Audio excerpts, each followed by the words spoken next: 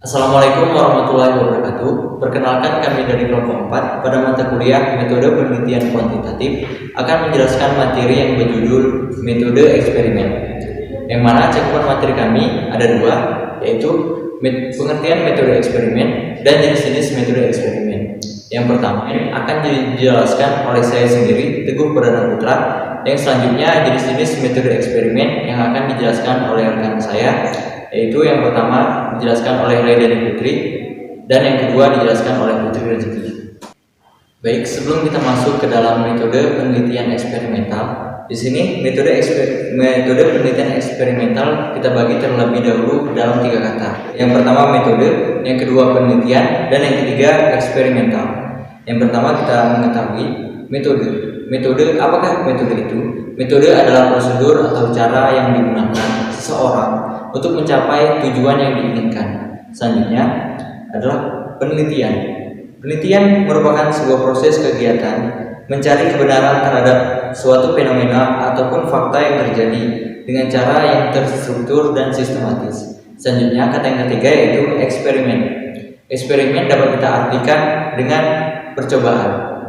Percobaan dalam bahasa Latin yaitu experire, yang berarti menguji coba. Menguji coba suatu set tindakan dan pengamatan yang dilakukan untuk mengecek atau menyalahkan hipotesis atau mengenali hubungan sebab akibat antar gejala.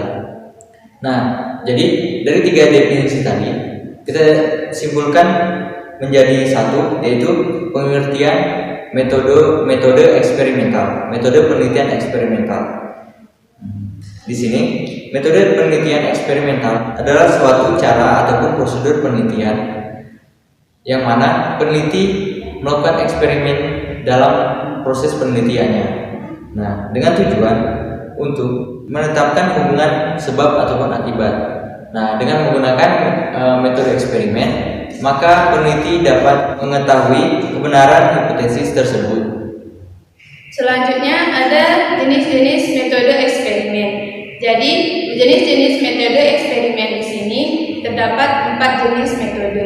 Yang pertama ada penelitian pra-eksperimen. Penelitian pra-eksperimen ataupun sering disebut dengan pre-eksperimental merupakan jenis penelitian yang belum dikategorikan sebagai eksperimen sungguhan.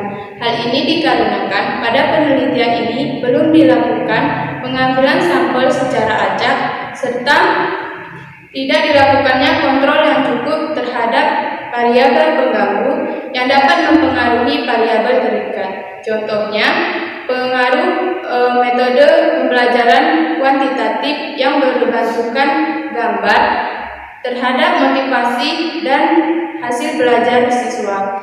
Yang kedua ada penelitian true eksperimen. Penelitian true eksperimen atau sering disebut juga dengan penelitian ataupun eksperimen sungguhan adalah penelitian yang menyelidiki kemungkinan terjadinya sebab akibat, di mana pada penelitian ini terdapat kelompok pemberlakuan dan kelompok kontrol.